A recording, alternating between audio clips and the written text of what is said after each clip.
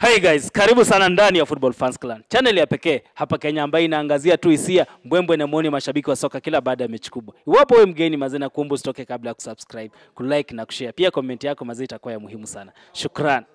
Bado najiuliza, vile nimeona mkicheza hii si ile Manchester tumezoea. Kwani kuna game ambayo huwa mnaisave for the semi final na labda for finals. Okay. Tulikuwa na advantage. Advantage ilitokana na ile red card ya first half. Ndio maana tuka display game hivyo. Then Bilbao ni wale watu wa kudefend. Manu wakipata opponent mwenye ana defend game wao wanaachilia. Wakipata ule mwenye ana attack sana pia wanabaki nyuma. So ukiona game kama leo hao walikuja na nia ya kudefend na wapige counter. Wadefend wapige counter.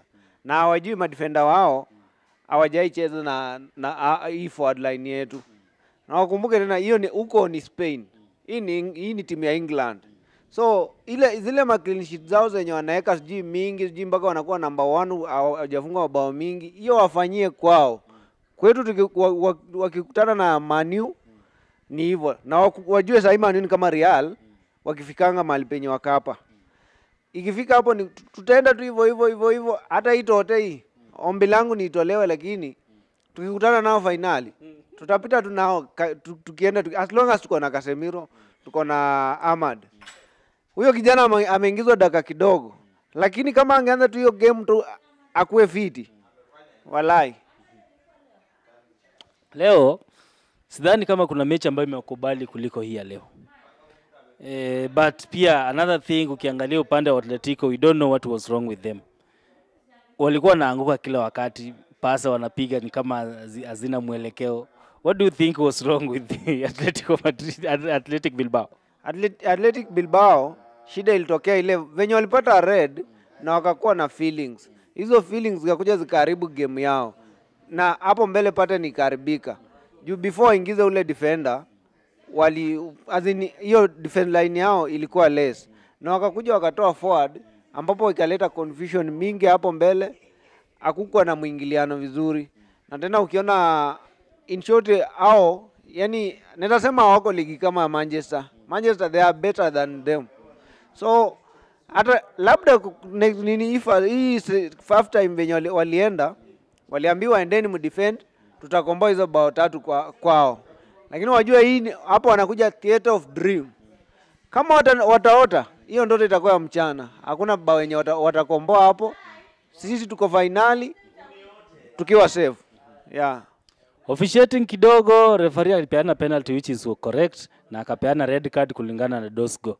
Then here comes incident Harry Maguire na ataka wa Athletic Bilbao.